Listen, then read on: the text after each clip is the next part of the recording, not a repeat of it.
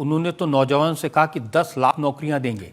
पूरे बिहार में चपरासी से लेकर मुख्य सचिव तक जो लोग सरकारी नौकरी में हैं उनकी टोटल संख्या है 23 लाख।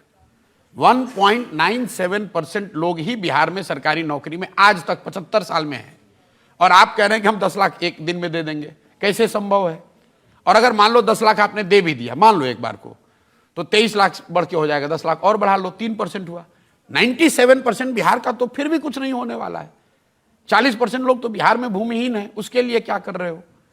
अगर आप प्राइवेट सेक्टर को भी जोड़ दो तो भी 2/3 बिहार के लोग तो उसमें आते ही नहीं है ना, सरकारी नौकरी में आते हैं ना, प्राइवेट सेक्टर में आते। आप भूमि सुधार किए नहीं, आपने बच्चों की पढ़ाई की व्यवस्था की नहीं, आपने लोगों के रोजी रोजगार के लिए कैपिटल पूंजी की व्यवस्था की नहीं। तो ये सिर्फ सरकारी नौकरी दे देंगे और हम राजा हैं, 10 लोगों को नौकरी दे देंगे, उससे जनता वोट देती नहीं, तो बेवकूफ बनाने वाली बात। आप बताइए, 75 साल में 23 लाख नौकरी, और ये कह रहे हैं हम 75 दिन में दे देंगे 10 लाख नौकरी। टोटल फर्जी बात करता है।